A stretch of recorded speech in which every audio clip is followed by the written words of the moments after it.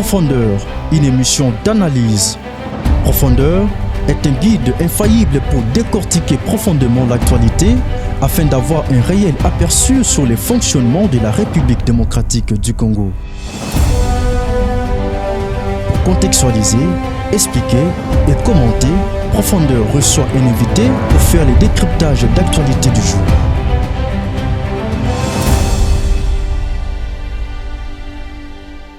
iWeb. Honorable, nous allons prendre notre deuxième sujet en ce qui concerne la révision de la Constitution. Selon le prof Isidore Ndaïwel, il propose à ce que le mandat du président de la République passe de 5 à 9 ans non renouvelables et puis que nous ayons un vice-président et que les députés nationaux aient un mandat de 7 ans renouvelable une fois, les députés provinciaux aient un mandat de 5 ans renouvelable une seule fois.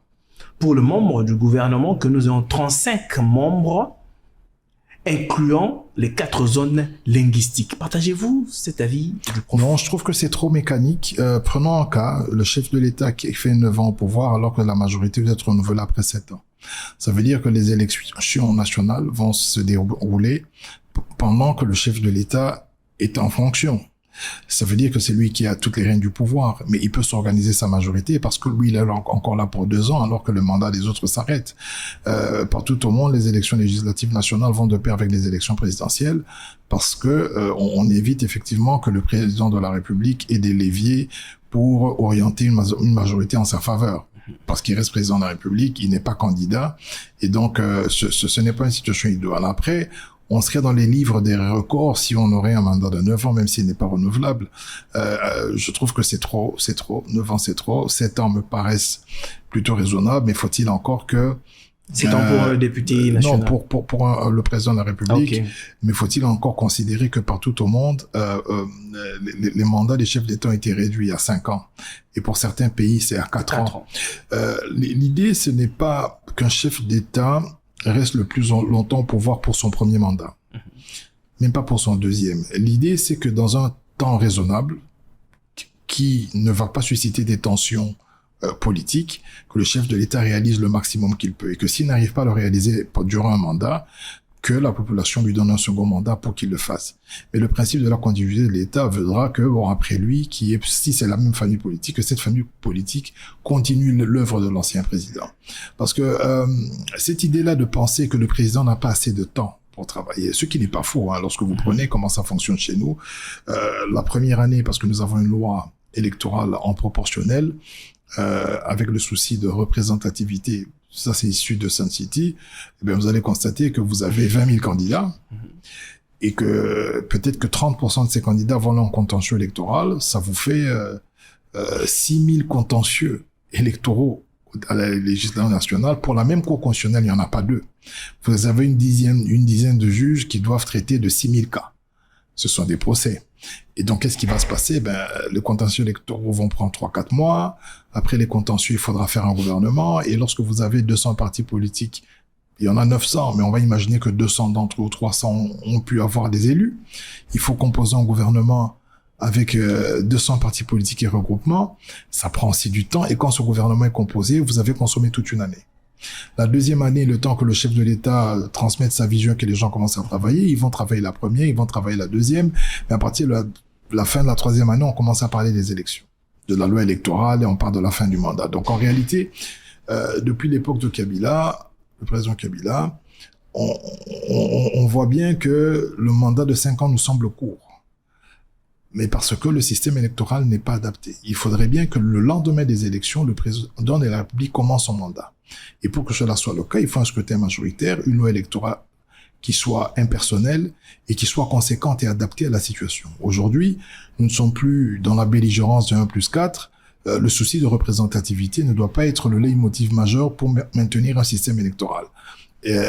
Maintenir la proportionnelle. C'est dans ce cadre-là que nous, le G13, on avait proposé un scrutin majoritaire. Ça permet de réduire le nombre de partis, d'avoir une majorité claire. Parce qu'aujourd'hui, regardez, dans les partis politiques, vous avez un gouvernement de 50 ministres avec 40 partis. Des écologistes, des droites, de la gauche, des extrémistes.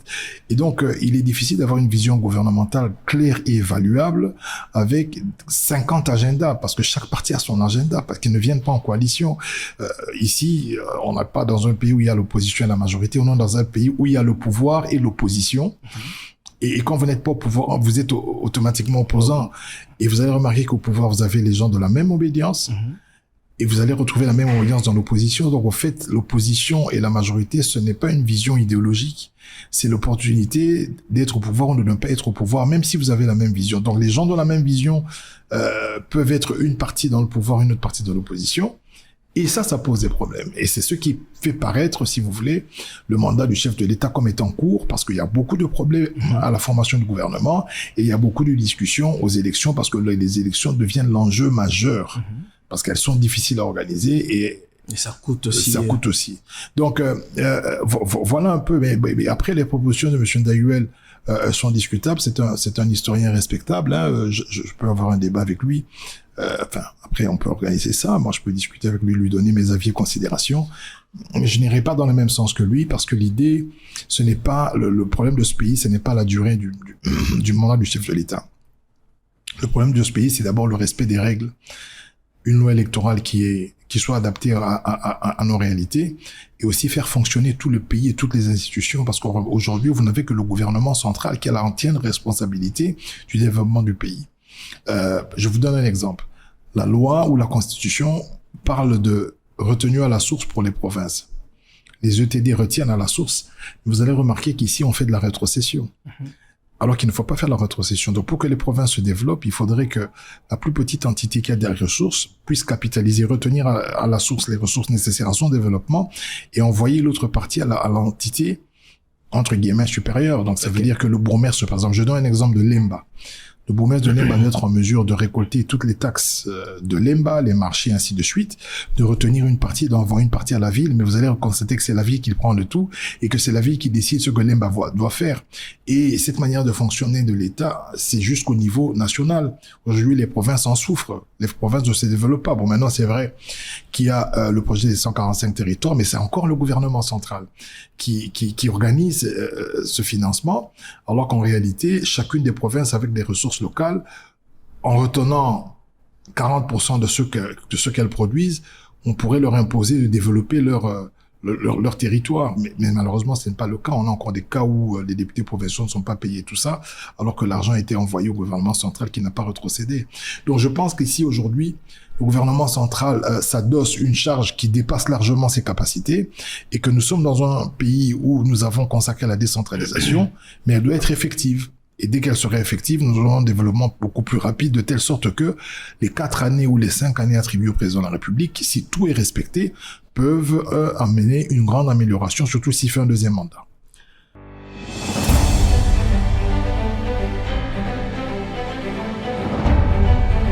Profondeur, une émission d'analyse.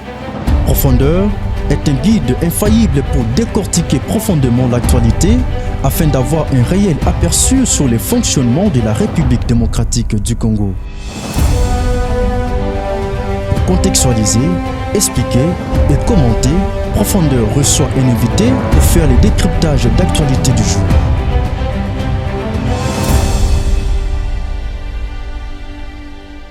iWeb.